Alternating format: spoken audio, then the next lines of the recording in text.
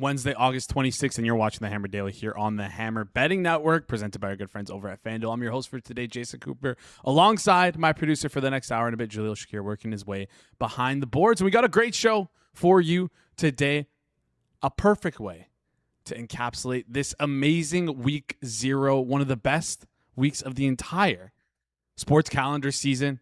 We got golf, we got college football, we're getting ready for NFL, a little bit of NFL preseason action at the end.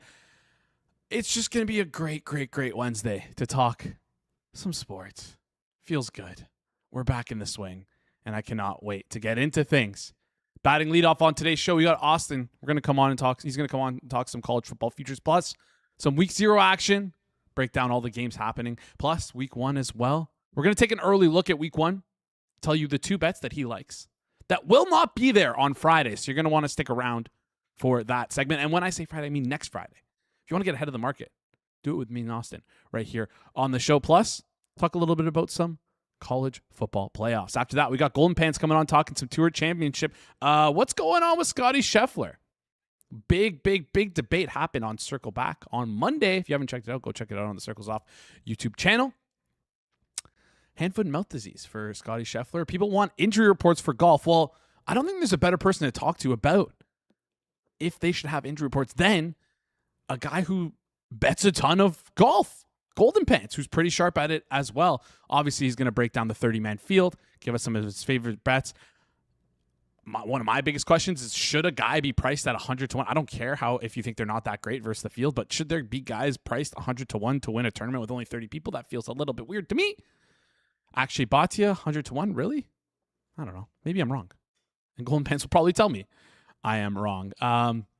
We got a great show for you today. Oh, yes, and we have a listener question. Listener-submitted question. If you guys ever want to do that, you're more than welcome to. Send a video to myself, Alex, in the Discord, wherever you want. We'll play it live here on the show.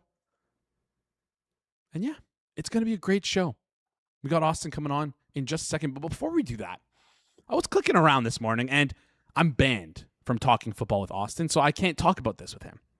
But I can talk about it before he comes on. I'm looking at the Offensive Rookie of the Year market because, you know what? I'm not going to lie. I feel like we're getting a lot of... I'm looking in the fantasy circles.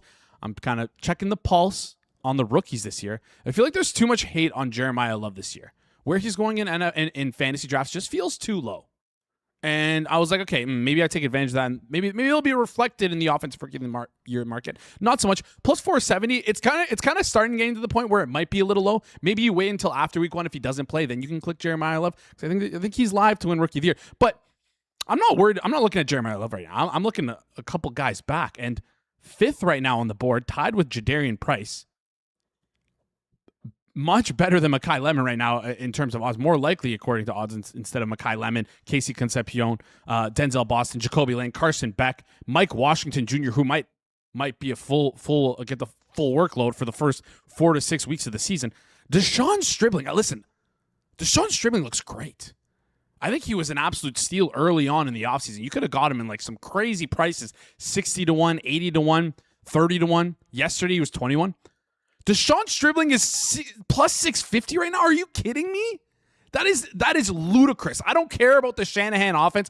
I don't care about the George Kittle injury. I don't care about Mike Evans. I don't care about the chance that Christian McCaffrey might get hurt. Well, guess what? If McCaffrey gets hurt, I don't even know if Deshaun Stribling is the best bet right now on the board for the team that he plays on. Plus 650 is literally insane. This has gone way too far. I'd rather click Kalon Black at 100 to 1 on the same team as Deshaun Stribling than click that plus 650 on Deshaun Stribling. It sounds like he's going to have a great year. Don't get me wrong. Don't get it twisted. I'm not saying he's not good. Plus 650? That's insane. He's the same price as Jadarian Price. What are we talking about here? That is absolutely insane. Absolutely insane. We talk about bets on the show. Can't really, you can't really bet against the Deshaun Stribling. I thought maybe there might be a price around him which you could take. Mekhi Lemon feels fair price. Jadarian Price feels like the fair price. All these guys around him feel like they're at the fair price. Deshaun Stribling just sticks out like a sore thumb. So anyways, maybe a little bit of a teaser of what I'm clicking after week 1 for the Offensive Rookie of the Year market. Jeremiah Love looks pretty sweet. Anyways, let's get into today's show. I cannot wait to talk about this with Austin because week 0 is definitively one of the best weeks of the entire football calendar, entire sports calendar. It's the time of year where it's like spring, the flowers are blooming, everything's starting, the weather's starting to get a little bit warmer. But imagine if we could watch spring happen on TV. That's what's happening right now with week 0. We get to see a little bit of football on our screen.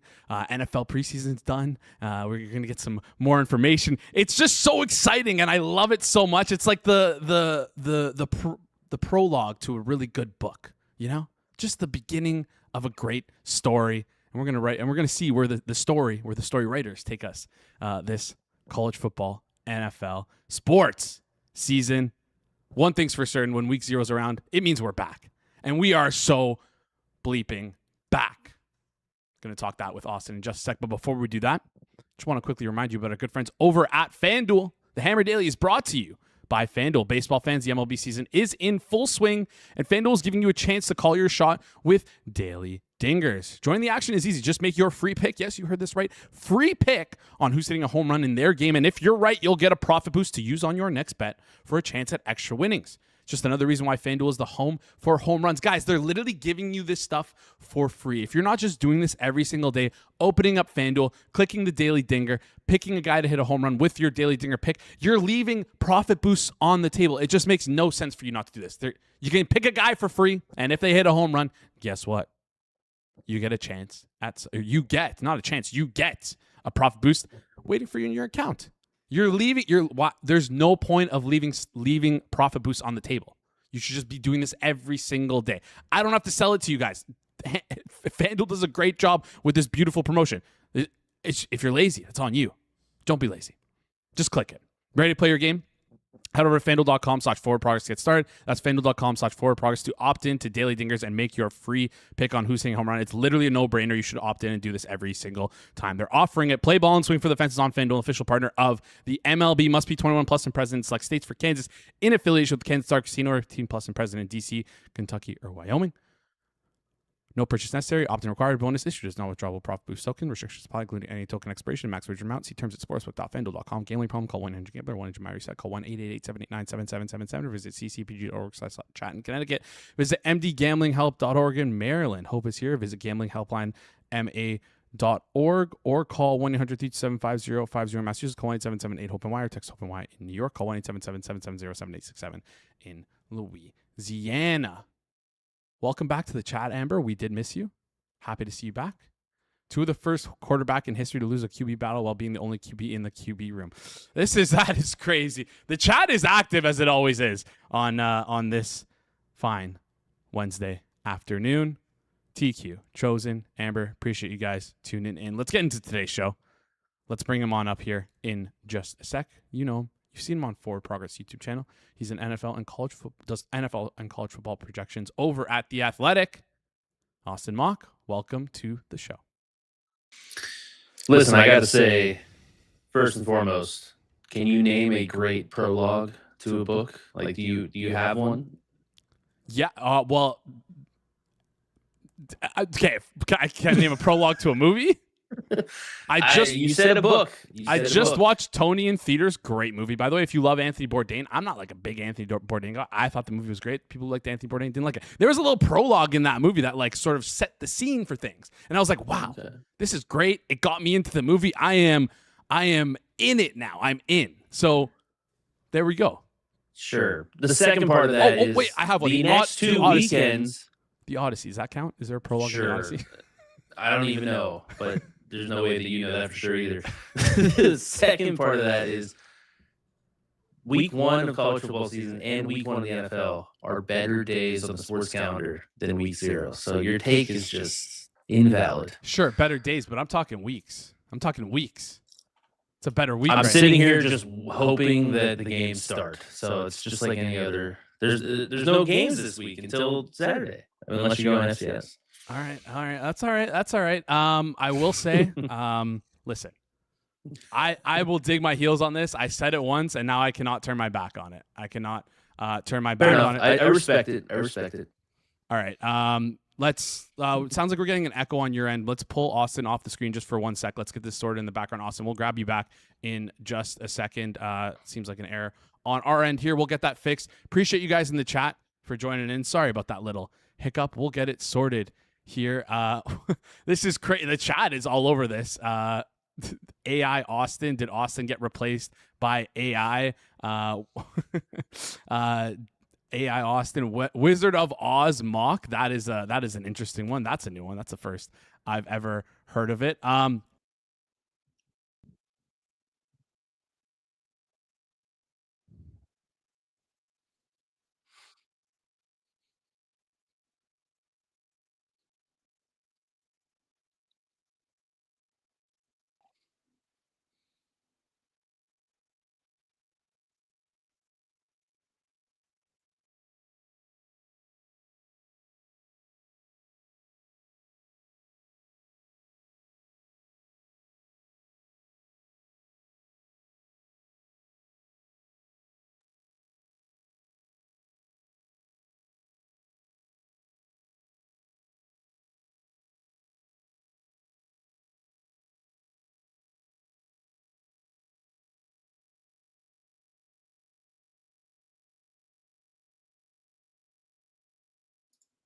You hear me?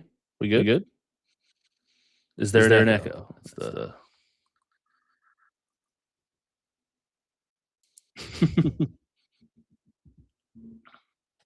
This is week 0 stuff, you know? Yeah.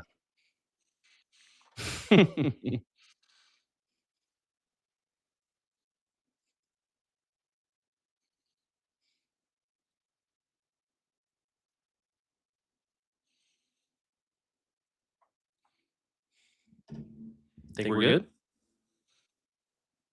Apparently. Oh, and now I'm echoing. Well, I can hear you with no echo, so that's interesting. Well, we'll be able to work through this in just a sec. Honestly, keep it rolling here. Yeah, we'll keep it rolling. It is apparently I'm still muted, so if you want to. So they can only hear me. That's wild. I can hear you perfectly. Yeah, I guess I'll carry it. Week 0 is not the best day on the calendar. I just want to put that out there. It's a terrible take, but I can't defend it. Are you back yet? It sounds like I'm back in, but it sounds like I'm echoing on my end. But if the chat can't hear it, I don't really care. I can deal with it, even though hopefully I'm not echoing for you. But nope, you're perfect. All right, crystal clear. Sounds good. Let's get into today's show right now. If you see me stutter at all, it's because I have like a 2-second delay of my voice. So, all right, whatever. We'll get this worked out. Let's start things off. All right, chat says we're good. Chat says we're good. So I think we are good. All right. Big Ten, SEC. This is where I want to start here. It's kind of crazy to work back into this. Yesterday they started drawing like sort of a hard line on players coming back for extra eligibility. The Big Ten hasn't matched it yet, or sorry, the Big 12 hasn't matched that yet. My question though is like, do you think the other conferences will match this? Do you think the Group of 6 will take this as an opportunity to sort of even things out with the power conferences? Yeah, I think the other conferences will eventually either get on board with it, whether they're forced by. Like this is just gonna like I feel like this is the tipping point. Like the Big 12, Big 10, and SEC are agreeing on it. They're the two power players here, so it's gonna be a thing. I do like the Group of 6 possibility of like, hey, is this an opportunity for them? Though the question just becomes like, for these ex-NFL players, I guess. The question becomes like, is it worth going to a Memphis or like a South Florida? Because like, you know, like a MAC school is not going to have anywhere near the money to really make it worth it. So I think that's an interesting point. I think maybe that could happen, but I think this is getting such like negative publicity that it's going to force. I think it's going to force change, and change was coming anyway, but I think this is just going to expedite it, and we're eventually just going to have something in rule. Like if a judge rules that the Big Ten and SEC are allowed to do this, then the conferences can start making their own rules, and hopefully we get some normalcy in college sports and college football, because right now is a little bit of chaos in a very complex situation because. way too many court documents involved with college football right now. Maybe this is the new normal, though. Who knows? Who knows? Maybe this is something that we got to get used to, and maybe we can't get used to what was old. All right, so it could be good for the group of 6. We'll see. Also, we could also just see them like sort of follow suit of what the Big Ten and the SEC have done, which they normally sort of do. Don't want to piss off the big conferences there. Other things I want to get to is we've seen a couple quarterback battles. Sort of settled over the past week. Alabama's going with Keelan Russell. Tennessee naming true freshman Faison Brandon as their quarterback. Vanderbilt, though, went the other way, went with the veteran Blaise Berlowitz. Hopefully I pronounced that right. Over their five-star Jared Curtis. Excuse me. Which one of these 3 moves did you like? Didn't like? Talk me through these. Yeah, I think the first 2. Keelan Russell was. I think that was more of like the true battle with Austin Mack there. So I think that was fun. Obviously, the ceiling of Keelan Russell is insanely high. I don't know how much with Brandon in Tennessee. I don't know how much there was actually like a battle going on there. So they're all kind of like 3 different ones. And then Vanderbilt, you kind of want to see the 5-star number 1 quarterback in the country, Jared Curtis, get the chance. But they do start with a very easy schedule. So this might like he's scheduled to play in the first week. They start with Austin Peay. They have Delaware the next week. So this could be a situation where it's like, hey, let's just not throw them into the fire in case there is a little bit of a struggle and whatnot. So I could see it like, they play NC State in week 3. That could be a change, or they could make a change if he does perform pretty well in those first 2 games, but they're pretty low risk games. So I think that's the most intriguing one, just because I think Alabama, Russell at the higher ceiling, not too shocking. I don't really know if there was a real option for Tennessee other than Brandon. But yeah, it'll be, I think Curtis, we could see, I don't think that competition's over yet. All right. Competition not over yet. Someone in the chat saying I'm saying Blaze incorrectly. It's apparently Balaze. Is that true? I am not the person to ask for that. So okay.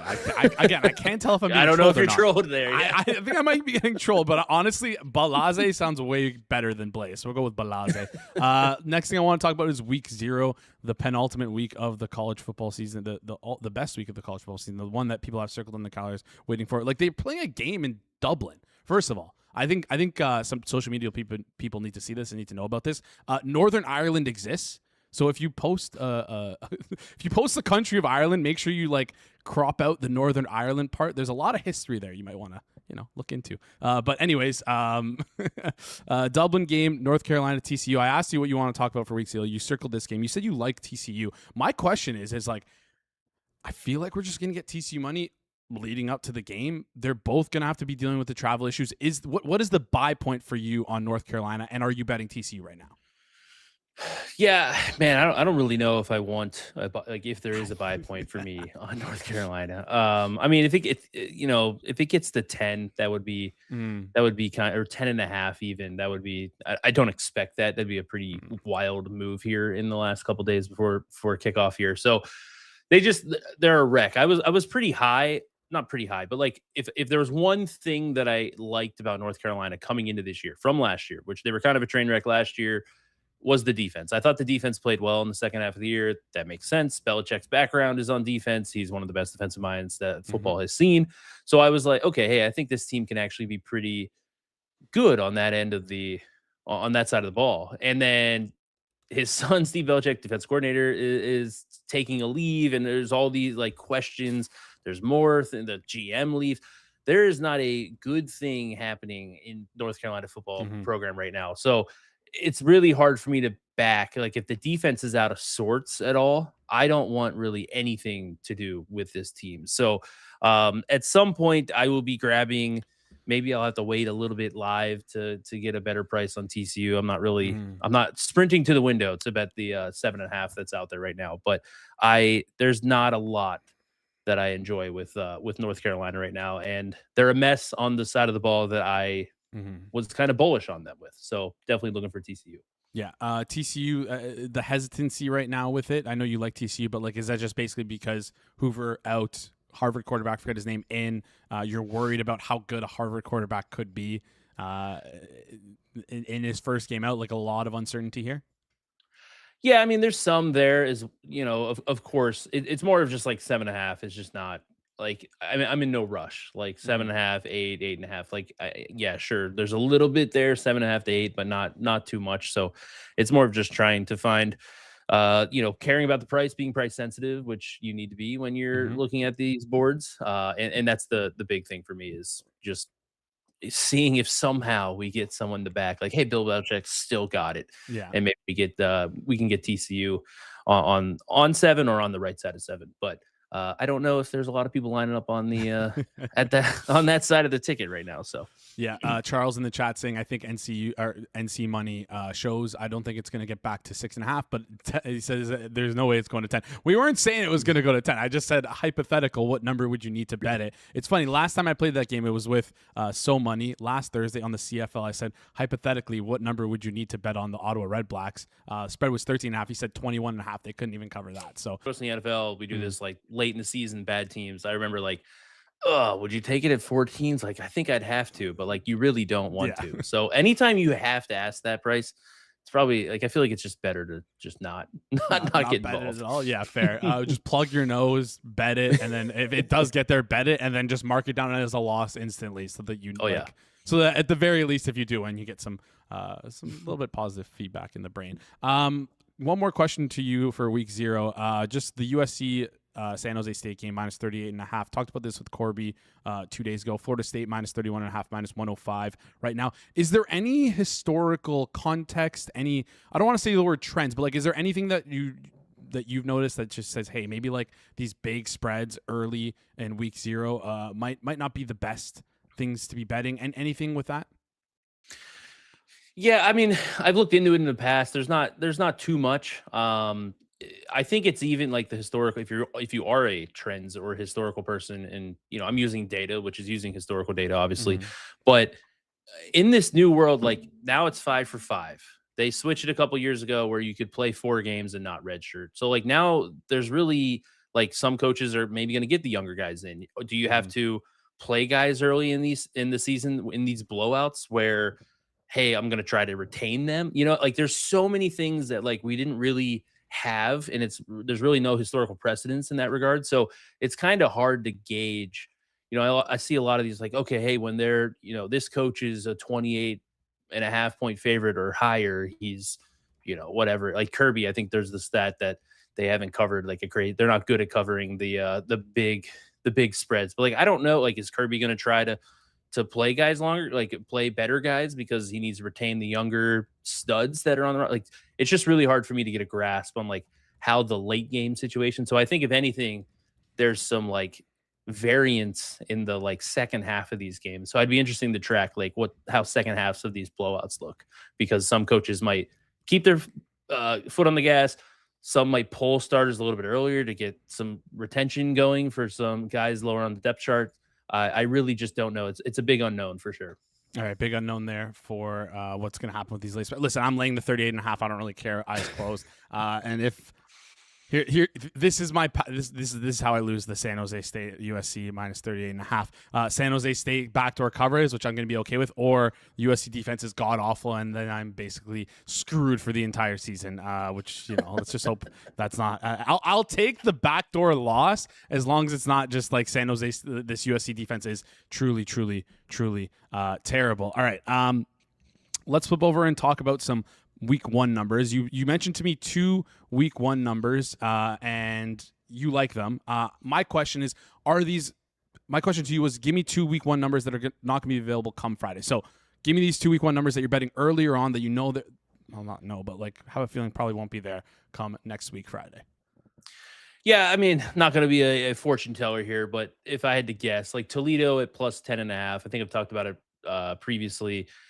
I think that's a pretty big number for Michigan State to be laying here. I know like Pat Fitzgerald, some people are like very confident in his ability to just like instantly make that team better.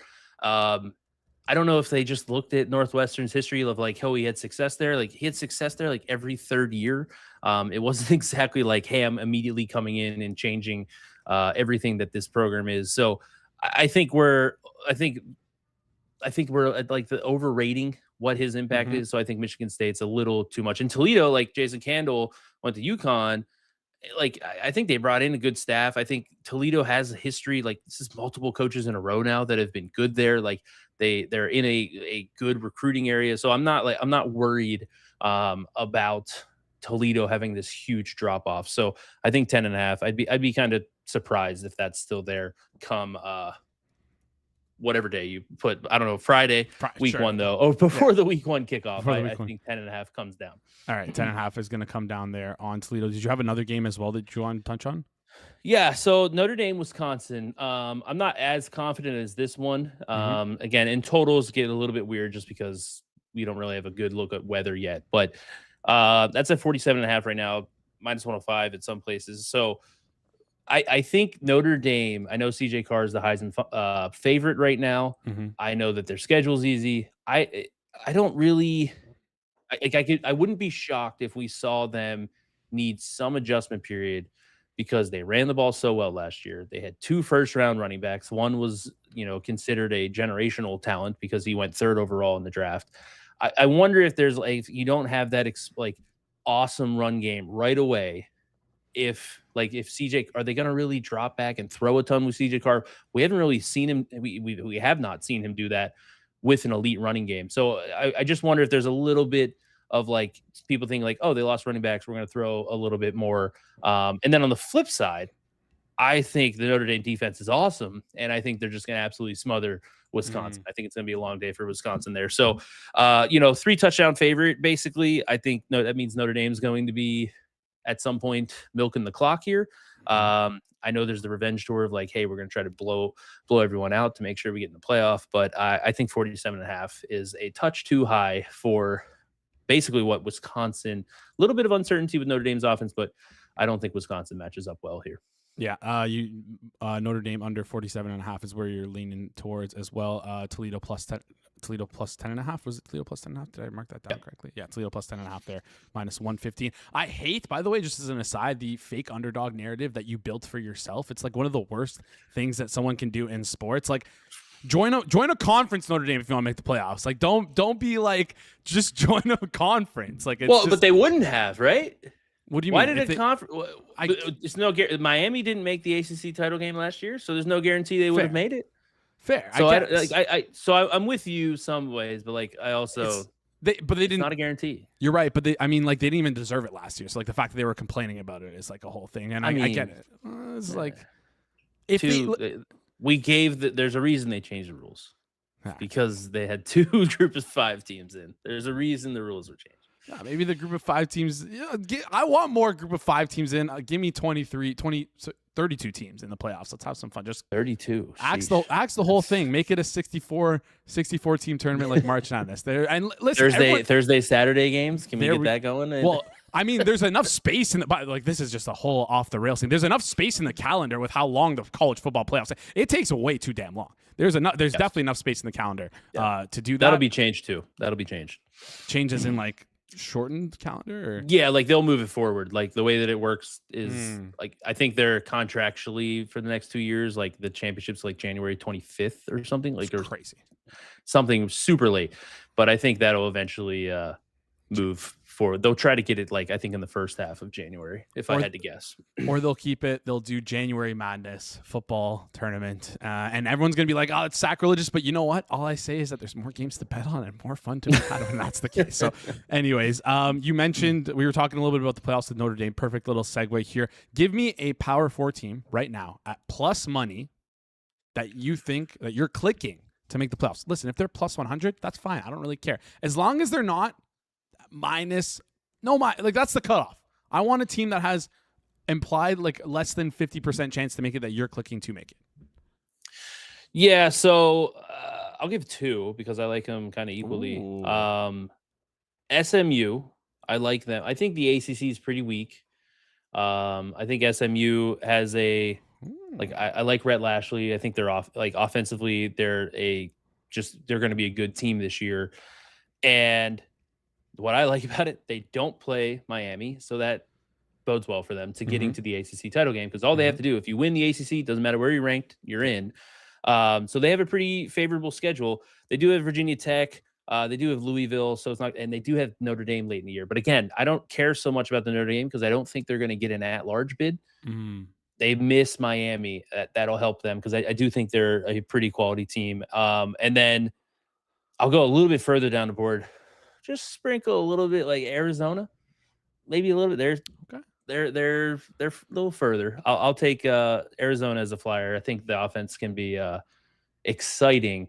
And again, there's a world where Texas Tech's quarterback situation is a disaster.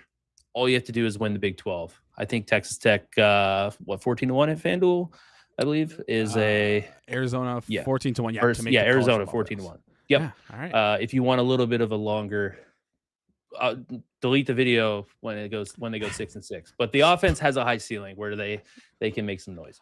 Listen, if you're gonna give us a 14-1, we're not deleting that video. It wasn't gonna win anyways. And there is nothing we love more on this show than betting stuff. 14-1, 20-1, 30-1. Come like week 10, week 11, they're gonna be like plus 300, but we're still gonna lose anyways. Like those are my favorite bets to make. They're better than the ones that win. Win. I'm on a heater in terms of takes here.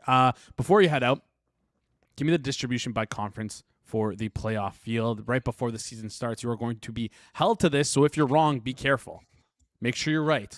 Look into your crystal ball. Tell me how many teams, how the 12 spots get distributed by conference. I will go one from the independents. Mm-hmm. Not going to go two. Okay. Can't forget about them. them. I will go one from the American. I will pick the American as my group 6. And then I will also go one from the Big 12, one from the ACC. I know that's boring. I wanted to go a little bit spicy here, but I do think it's going to be 4-4, Big 10 and SEC. I thought about saying 5 Big 10, 3 SEC, because I do think there's a world where the SEC just beats up on each other and there's like a bunch of 8-4 teams. It is very possible. But I feel like in that scenario, there's going to be a lot of pressure to put a 9-3 team in. So that probably gets them up to 4. So it's possible, but boring. I know. Big 4-4 in the Big 10 SEC. You mentioned independent teams, so I guess that leaves the door open on UConn potentially making baby. college football. And we got a clip. We got a clip for it.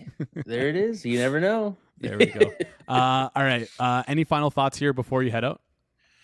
No, I think it's. I just think in general, if you're listening from a betting standpoint early in the season, a lot of these games can be. There's a lot of unknowns with all the roster movement and stuff. So, be quick to move if you need to, and look at what actually matters in games. So, and that's my advice. And if you find it hard to figure that stuff out on your own, that's why we're here, and that's why we do this show. So make sure you tune into the Hammer Daily weekly, Monday to Friday, noon Eastern time. Make sure you hit that subscribe button. Austin, appreciate you. Thank you for helping me do that little plug there. If you want to check out more of Austin's work, go check out The Athletic. Go check him out on Twitter at amock419. And check him out on Forward Progress as well. I don't know if I mentioned that. But yeah, Austin, appreciate you joining the show. We'll chat soon. Yeah, thanks so much, Jason. Have a good one. All right, awesome stuff there from Austin as always. I was told I'm not allowed to talk college football with him, but guess what? He's off the screen now, so I can say, hey, Austin, I clipped it. I got the Forward Progress video where you were drafting head coaches, and you said, I don't know if Caleb Williams scares me, but I like Ben Johnson. Or maybe it was the division drafting the Chicago Bears. Either way, I have the receipts of you saying you're worried about Caleb Williams. Well, have no fear. Caleb Williams is here. No need to worry about Caleb Williams. All right. I think that was a good segment. Smash the like button. Do us a favor there. Goes a long way. If you're new to the channel as well, hit that subscribe button. Oftentimes, tons of people truly watch this show live. And oftentimes, when they are watching this live, they comment. But if you're not watching it live and you're missing out on the comments, I feel for you, but I get it. You got work, you got meetings, you got things to do during the day. So sometimes on your drive home, you're listening to things on Apple and Spotify, and that's A-okay. We welcome you. But if you're there, do us a huge favor. When you get home from your drive after you listen to the show, give us a rating and please review 5 stars on those platforms, because it really does help us out a lot. And make sure you subscribe as well. I haven't been asking for subscriptions on those platforms. Just click a follow, subscription, whatever it is, just goes a long way for us. Anytime you click those buttons on the screen, it really does help us out in the algorithm on those platforms. And we're trying to grow not just on YouTube, but on every single platform. So do us a huge favor. Click those buttons and help us out. All right. let's get into the rest of the show here. We're going to talk some golf with our good friend Golden Pants. Let's bring him on up. He's a sports bettor, trader, and a co-host of the Risk Takers podcast. If you haven't checked out the Risk Takers podcast, please do yourself a favor and go check it out. You're doing yourself a disservice. I believe they have a solo show dropping today, Q&A. So if you have any high-level questions, make sure you fire it off to Golden Pants' DM or tweet at them before they record the show. Golden Pants, welcome on in. How's it going? What's up, man? Check out the podcast, and we love the questions on Twitter. So each week before we record, I always post a tweet, and then people drop some questions in the comments, and it basically makes the show 10 times easier to make up. Yeah, fair. But also more fun to record. Absolutely. And also, like, you get a grasp on what the audience is looking for, which is so hard, sometimes just so hard to do if you just don't. Sometimes you can take things one way, and sometimes it might not be the right way that the audience wants it, but having those listener questions is huge. You teed this up perfectly. We got a listener question. It's going to be at the end of the show today. Okay. Don't worry. It's not the name that you mentioned on Twitter. I don't even know who that is. Will Wales. Yeah, who is that? Will Wales. It's this Bookie Beats question that we get every week. Speaking of questions, it's like, will Wales go from? It's this stupid question. That's a meme in the Bookie Beats Discord. Okay. I'll just leave it at that. And I think it's tapering off, but we'll see. All right. I can promise you it's not that, but I cannot promise you it's going to be a smart question. It might be a dumb question, but actually I heard it. I'm not going to lie. It's a good question. I don't know why I'm underselling it, but you're going to have to stick around to the end, Chad, if you're going to want to see it. Let's start things off with there was sort of a debate on the Hammer Daily on Circle Back on Monday. Not sure if you saw that or not, but just talking about injury reports. Mm-hmm. Should golf have injury reports? And this comes from Scheffler dealing with hand, foot, mouth disease. Jeff mentioning Scheffler was going to play like that regardless. He's just using the hand, foot, mouth as like almost like an excuse for poor play, which could be the case. As someone who models golf, as someone who market makes for golf, do you want injury reports? Is this something that you'd be interested in, or you're fine with status quo right now? I think status quo is okay. Like, I understand why some people want injury reports for golf, but something about golf feels different than the team sports. I don't know. It just feels like an invasion of your privacy. Like, if you're teeing it up to play, then you're playing, right? Like, I don't think, like, because where's the line drawn? Like, okay, Scheffler has to report hand, foot, mouth, but does he report like a cold he catches from Bennett, if it's just a cold or whatever? And like, I think how it is now is you have to read the tea leaves a little bit on players. So, for example, like Morikawa and his back earlier in the year, like, he talked about it. We don't know exactly what it is, but he talked about it. Then you see him play at the Masters and kind of clearly like limping along a little bit. I like that version of it. I've kind of grown accustomed to it. But I wouldn't be against injury reports, but I just think like it's going to be a bad look because the backlash was like, not everything's about gambling, right? Like, I don't think they're so valuable that we need to like risk a PR nightmare around golf. Like, golf's trending right now. And I just think, with the new format for the playoffs and everything, like, it's very well received. This just feels like a needless thing to do. Yeah, no, that's fair. I just thought maybe it was sort of in the lexicon of the gambling community, people talking about it. For sure. But like, it's funny because it can lead you two ways. It could lead you down the wrong path. Like, for example, with Hao Tong Lee, when he like had the food poisoning like up all night, like, you would have been screwed fading him. Absolutely. He shot like 67, I guess, after that. Sometimes when Jordan flu games happen. Exactly. So just look at Michael Jordan. You mentioned something that was a little interesting there that I want to sort of pluck on. You mentioned how obviously golf is different, it not being a team sport. But with it not being a team sport, there's an award that gets handed out, Player of the Year award. A lot of rumble around Wyndham Clark. We don't have to talk about it if you don't want to. No. I want to say my piece on this. All right, yeah. You said on Twitter that the Player of the Year debate is kind of stupid. So talk us through your opinion on the Player of the Year debate. why, like, should Wyndham Clark be getting this much love towards the end when I believe what you said is strokes gained are terminally ass, I think I don't know if that's the correct words you use, but awful. Not awful, but compared to Scotty. Am I reading that wrong? Oh yes, his is ass compared. Okay, so Yes. this is my point around the player of the year debate. So like, I don't think you can say you think Wyndham Clark should be player of the year, and I think that's a fair case to make. The thing I don't think is a good point is people are like, Scotty would trade his season for Wyndham Clark's. Like I think what people mean when they say that is Scotty would trade only his wins for Wyndham Clark's wins. But if Scotty played the whole year like Wyndham Clark, he'd end up in a mental institution because he would be so unbelievably frustrated. Like he would be a significantly worse golfer. And like if you had let's say you had like a model that projects future majors, like theoretically you could build this. It doesn't really help with betting at all, but it would be like kind of a fun thing to do. I believe that if you plucked Scotty's season out and then gave Scotty Wyndham Clark's season that he just had, Scotty's career projected majors would go down, even though he would get an additional one because of how significant a skill drop he would have by having Wyndham Clark's season. So that's more like one of my frustrations. And the other is strokes gained is such an easy way to measure into like performance in golf. Like there's no, like if a quarterback's really good in the NFL, but his O-line's good or his receiver's good, it's hard to separate, right? It's like, I feel like it's probably impossible to fully separate those. But in golf, it's like so obvious. Like it's just such a good number. So the fact that people like don't want to include it at all in player of the year, I just feel like is crazy.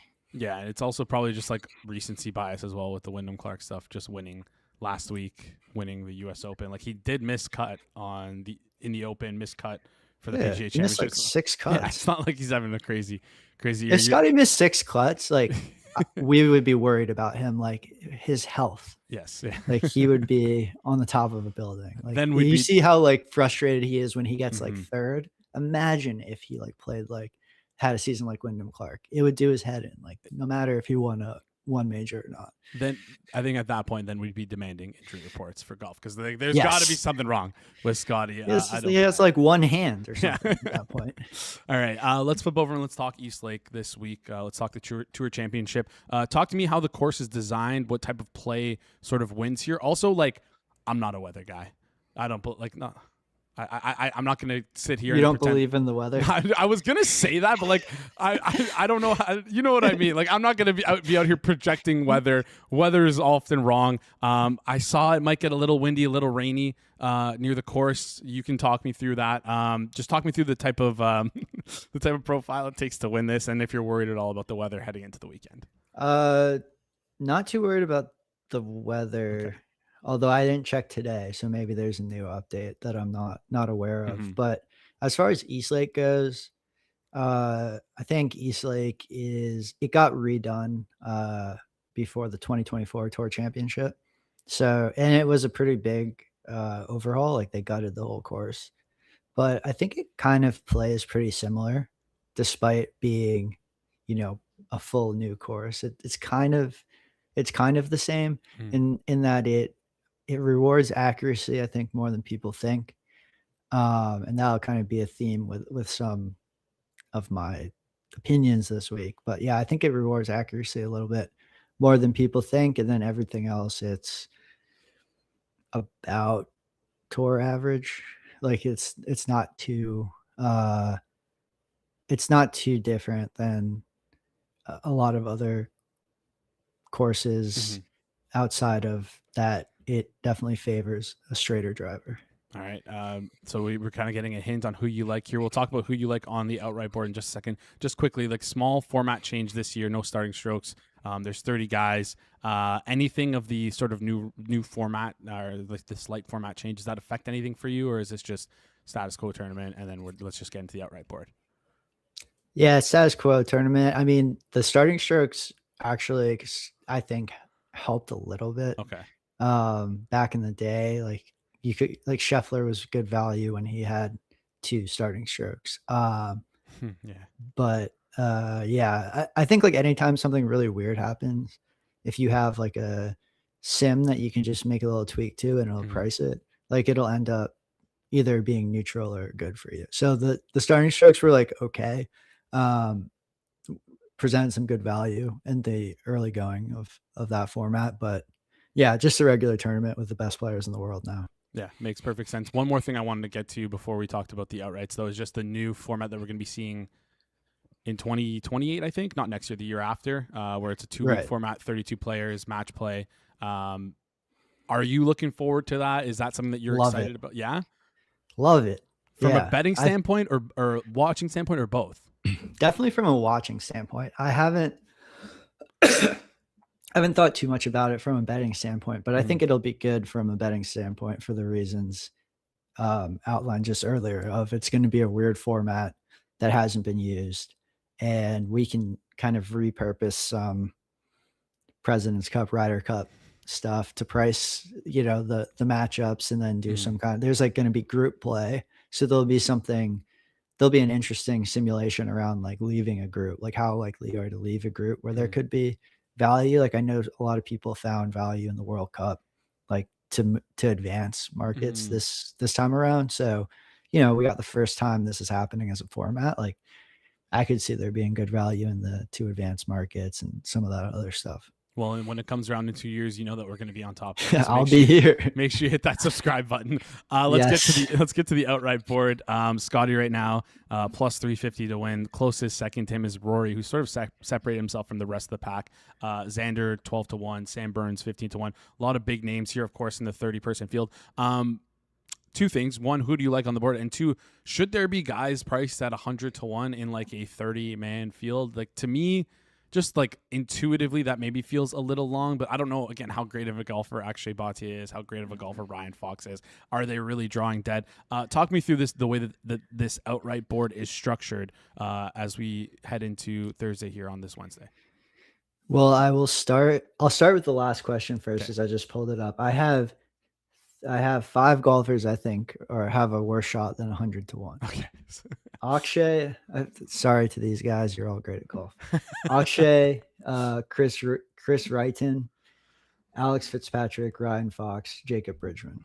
So those are the people I think have worse than 100 to 1 shot. So I would say yes, there are some golfers I believe should be over 100 to 1.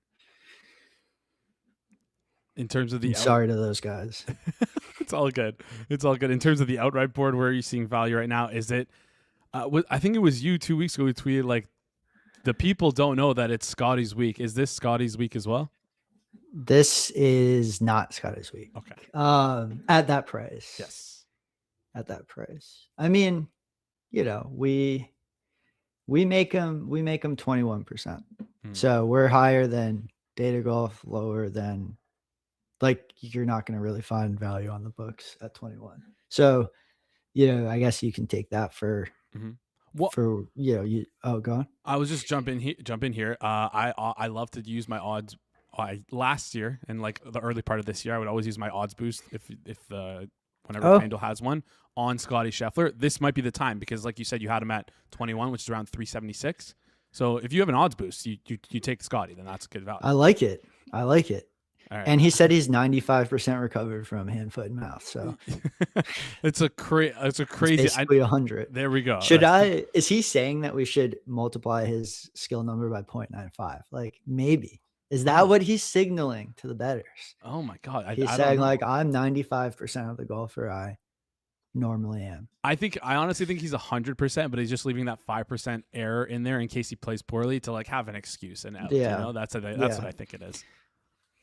Yeah, I don't like to. I'm interested to hear. I'm gonna DM Jeff about if he really thinks that Scotty didn't have like a serious illness on Thursday, because I think it's like clearly he had. Really? Like there was something wrong. Yeah, he was like 4 over par at some point. Like this is just not Scotty Scheffler. Fair. I think. But I mean, it happens once in a while. But yeah, I think Jeff is he's using it as an excuse camp based on what he said on Circle Back on Monday, which you haven't checked out the show. Make sure you go check out the show. All right, let's get to the board though. Let's get to the board. Who are you liking here? Okay, so I'll start with who I don't like. I don't like Rory and I don't like Xander. I think Okay. they're way overpriced. Okay. So we'll start there. And with that being said, I think two people who I show value on the FanDuel number, this very small value, but Colin Morikawa and Tommy Fleetwood.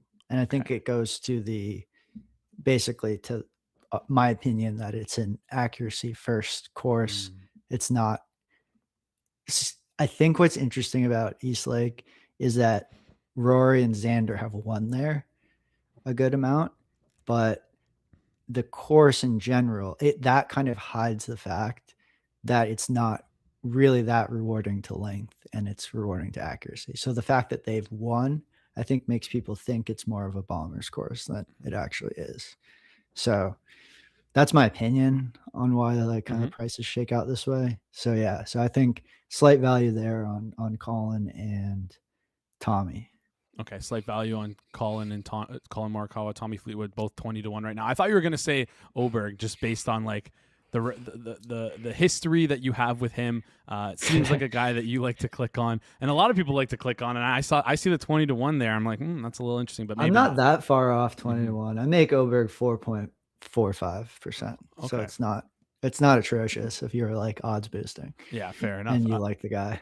All right, let's talk through some top 10, top 5, top 20 finishes. Obviously, a little bit of different function here when it comes to a 30 man field. It's a lot tighter. How are you like? Does that change your approach to like the top 5, 10, 20 markets?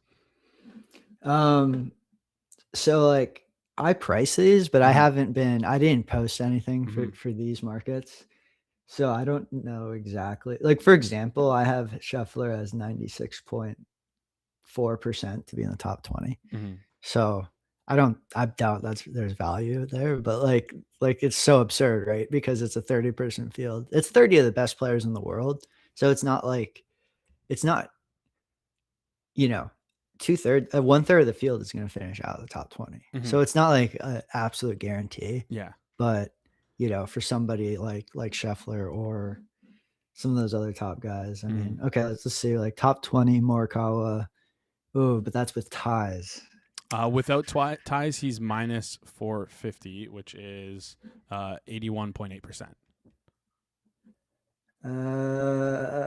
I make him 81.9%. So there you go. 0.1% edge. We smash those. Yeah, smash those full Kelly. What's a full Kelly on 0.1% edge? You're asking a not math guy math questions. Fair. I don't know. You're my American odds translator now.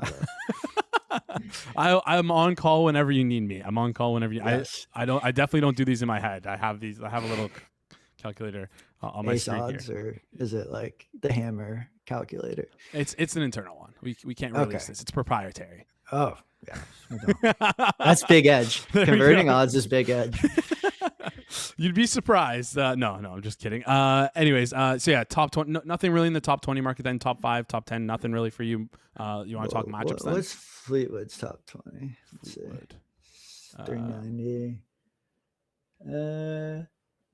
Yeah, I could see Fleetwood at 390. I make him 81.8. So okay, yeah, that's good. It's 390. If you want to do like an absolute bridge jump, I like Fleetwood top 20 minus 390. The good thing about giving these out is if it wins, like whatever, but if it loses, people will be really pissed at you. So it's like a really good reverse sweat for me. It's an incredible it's a content farming machine giving out these minus monies. 390. We're also gonna I already know in the chat TQ it's the running joke of the offseason. Whenever we bet something, we pair it with the Jags to win the Super Bowl. Don't ask how we got there, but I know for a fact in TQ's account it's gonna be Tommy Fleetwood minus 390 top 20 PGA Tour Championship paired with the Jags. Yeah, there you already mentioned the chat. Morikawa, Jags, SB Super Bowl double pop. I mean, just lock it up. Like that's going to be a hilarious ticket for them to pay out when it happens. They're going to be like, wait, is this like an internal error in our system? Like, there's no way. How does this guy have 40 different 2-leg parlays, all ending on a Jags Super Bowl Like, win? if the Jags win the Super Bowl, we have to transfer ownership of this company to this guy. Oh man! Hopefully, if TQ becomes the owner of FanDuel, he'll keep us around as lovely sponsors of the show. TQ might take them down himself. Any matchups you're looking towards? Any guys you're looking to fade on the course? This week. So let's do some matchups. I like Scotty minus 200 versus Rory for the tournament bet. I like. Did that one move? Wait, sorry. You're I good. did this before. I like Fleetwood minus 125 versus Goddard. And still there. I mean, a real opinion, like a really scary one, is I like Burns. This is a bit more speculative, but I technically rate Burns slightly higher than Xander this week. Okay. And he's a dog in the tournament matchup, but I'm slightly worried about that one. So do with that what you will. Okay. I would make Burns the slight favorite, and he's plus 110. What about that are you worried about, though? Talk us through that a little bit more. Well, I think one thing, like we talked about, that I don't care a lot about is course history, but Xander has like excellent like course history, so like I could see a reason for why I would be wrong, I guess. Okay, yeah, fair. Be the answer. That makes sense there. He's right now minus 150 versus Sam Burns. Sam Burns plus 120 or plus 110. I'm clicking this 3-leg parlay of Scotty, Tommy, Sam Burns all to win their match. I kind of like it. I mean, that's a fun parlay. That's a fun bunch parlay. of nice guys just trying to win a matchup. There we go. Plus 467. You can get that over on FanDuel. Any final thoughts on the Tour Championship here before we get to our listeners' questions? Because we have a listener submitted question here at the end of the show. Any final thoughts before we get to the listener submitted question? No, I mean, it's the last one. It's kind of an end of an era. Like, as much as people dump on this tournament, like, it's been around for a while. So, definitely going to tune in, enjoy it. There's some cool moments that have happened here, specifically Tiger Woods' first win after he came back, prior to him winning the Masters, which is like an all-time moment. So just, pour one out for Eastlake. It's a good course, and the tournament, it's not as bad as the tournament as everyone says. All right, don't let the haters win. Not as bad as the tournament. Everyone says. What's up next for you after golf season's done? We'll be heavy in football. Okay. We're expanding. I mean, I'll be President's Cup as far as golf goes, but I'll unfortunately have to work on other things until golf starts back up. But I know people think football is more exciting than golf, but not for you. I don't know. Well, what are you? Do you live somewhere warm? Are you going to be hitting the course all winter? Or? I live in South Carolina. Oh, so you're golden. I actually don't want to play. Like, this month is like the worst month for playing. Okay. So like I'm waiting for like a couple more weeks to go by. Okay. And it's going to be so nice. All right. What's the handicap update before we get into the listener question here? 1.8. All right. We'll be moved up by 0.1. All right. We'll be seeing you on the tour in 2 years then. No. All right. We will not be. All right, GP, before you head out here, we got a listener question from a long-time listener, a first-time caller. He said he could have just DM'd you for this, but instead he wanted to ask you. Is it Klars? Directly. No, not Klars. Not Klars. You can try and guess. We ready to pull this up? Yeah? All right, let's bring him up on screen here. Pre-recorded video. Jeff Feinberg. Oh, Jeff. All right, let's hear it, Jeff. What's your question for today?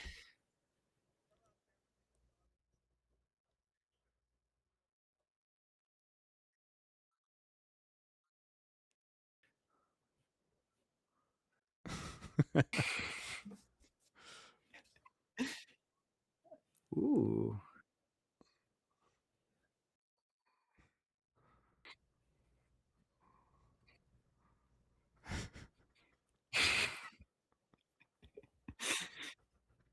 Team USA, they just don't lose. They don't lose. It'd be way too embarrassing for them to lose. It'd be the most embarrassing thing to ever happen in golf if USA actually lost one of these modern versions in the current landscape. I was in Montreal 2 years ago. Internationals won a session 5-0. They still lost the whole thing by 5 points. GP, what's the fair price? I've smashed 345. I've smashed 380. So good. I mean, I just keep going. I just keep going responsibly. You tell me, like, what would be a number that's so like good. Wrong? Like at that point, I should stop. 400 seems to be the number now. I think it will get bigger when people realize, holy shoot, that thing is soon. I mean, come on. I'm a square. I'm a sophisticated square. What's the fair price? What up, Hammer Daily audience? Beautiful. Right. Appreciate minus 400 right now on outright. For those who missed that, President's Cup is what the question is. Jeff says he always tells his audience if they need a new appliance to bet it responsibly. But yes, USA minus 400. Is that a good bet? What's the sharp number, or what's the fair number you're making? So I actually have a cup sim I built for the Ryder Cup. So I need to tweak it. The President's Cup format's slightly different, but I haven't run it. That being said, without a doubt in my mind, minus whatever Jeff took at minus 345 and minus 388, it is so good. Like, he's exactly right. The disparity in skill between these teams is enormous, like way bigger than you would think. Because you're thinking like US versus non-Europe parts of the world, and there's a lot of warm places in there, including Australia. But I don't know. I don't know why the international team is so weak, but it's really weak, really, really weak. So yeah, I'd imagine like minus 400 can't be bad for the US. I would probably like have to really check my numbers once it got towards minus 500. I mean, you're really like, there's still variance, and you know, something crazy could happen. But yeah, minus 400. Certainly, I'm certainly not betting like plus 350 on internationals or whatever it is. Yeah. So love minus what Jeff took. Not sophisticated square. I'd say sophisticated sharp. He needs to change his entire like social media persona, and with getting that CLV too. Yeah. And I don't know. What I'll say is once I run the cup sim, I'll let you guys know. That's awesome, GP. We appreciate that, and I feel like Jeff has hoodwinked and bamboozled majority of the audience to think he's a lot more square than he actually is. I think, and that's the sharpest thing you can do, right? Like you want to be like, oh, I don't know what I'm doing. And then it's like, bam, you like GRP, bam, hit him for minus 340. There we go. GP, appreciate you joining the show. Make sure you follow Golden Pants on Twitter at GoldenPants013. Also, make sure you check out the Risk Taker podcast as well. Anything you want to plug on the way out? No, check out the new episode. I'd love to hear what people are thinking about, like the ETR Rufus projection stuff. We talk a lot about that, so I'd love to know if people thought our takes were fair or square. All right, I like that, fair or square. Also, someone in the chat mentioned that apparently we just got bought out by private equity, so this stream is all of a sudden now gone private. They listened. That's a listener. There we go. We got one. GP, appreciate you joining the show. We'll chat soon. Okay, awesome. Thanks, Jason. Great stuff there from Golden Pants. As always, make sure you're following him, because you're doing yourself a disservice by not following him. Also, check out the Risk Takers podcast, one of the best podcasts, I think, in the industry when it comes to gambling. So make sure you check that out. Appreciate you guys tuning in. That's it. It's the end of the show. You know what that means. Let's bring up the wheel, spin it, and see what you sickos spit out. What players will you sickos spit out? While we wait, shout out to Austin. Shout out to Golden Pants. Shout out to Jaleel for keeping everything nice and smooth behind the boards. Shout out to you guys for tuning in as well. Let's see who we got on the way out. We got the Steelers from the 2000s. Didn't we get that last week? Let's spin it again. Yeah, we did. Let's spin it one more time. Let's run it one more time. And on the way out, I'm going to quickly plug our Discord, because I know a ton of you are already in our Discord. We're at 2,100 members. If you're not in there, you're doing yourself a disservice. Discord.gg/hammer. Make sure you check that out. Cowboys 20s. Give me Ryan Flournoy. Any deeper cuts than that? What about Jake? What's his name? Why is Schaffelberg coming to my mind? Oh man, there's a bunch of names you can pull. Bunch of deep cuts. Dallas Cowboys 2000, 2020. So that's easy. You let us know in the chat. DeMarcus Lawrence. There we go. Discord.gg/hammer if you want to join our Discord where we do tons of crazy stuff, including sharing bets, sweating games together. Plus, we also have some exclusive bets from our biggest creators. You really want to be there for the upcoming season. Jeff Heath, Jaden Blue, tons of guys. All right, chat. Appreciate you guys joining the show. That wraps. Trayvon Diggs. I love this. Make sure you're commenting down below these as well if you're watching this after the fact. And you smash that like button, hit that subscribe button. Let's get out of here. Appreciate you guys tuning in. This has been the Wednesday, August 26th edition of the Hammer Daily here on the Hammer Betting Network, presented by our good friends over at FanDuel. We'll see you guys right here tomorrow.